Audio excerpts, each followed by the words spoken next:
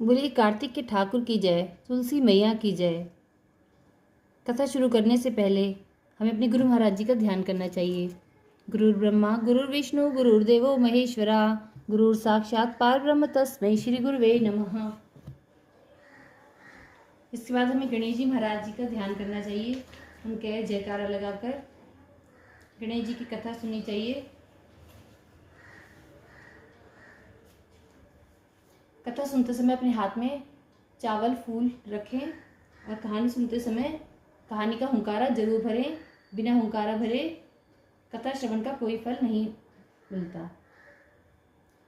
विनायक जी की कथा। एक बार गणेश जी महाराज जी चुटकी में चावल कुलिया में दूध लिए फिर रहे थे। कोई मेरी खीर बना दे, कोई न बनावे। जरा से दूध चावल की कैसे खीर बने। एक बुढ़िया थी, बोली ला बेटा मैं बना दूं। बुढ़िया बाहर जाने लगी तो बोले कि कहाँ जा रही है। बोली बेटा बर्तन मांग के लाऊं। बोले देख तेरे घर में अंदर दूध का टोकना भरा है, चावल की परात भरी है।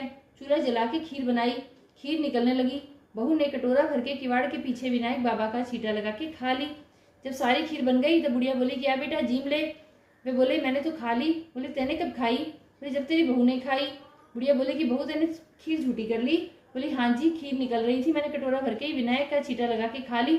विनायक से बुढ़िया बोली कि अब क्या करूं। गणेश जी बोले कि खा और बांट। बुढ़िया खीर बांटने लगी तो दुनिया में चर्चा होने लगी कि कल तो बुढ़िया भूखी मरती थी और आज खीर बांट रही है। ऐसा चमत्कार कैसे हो गया। झोपड़ी की लात मारी महल बन गया, खूब धन हो गया। जैसे विनायक बाबा बुढ़िया पर कृपा करिए ऐसे हम सब पर करना।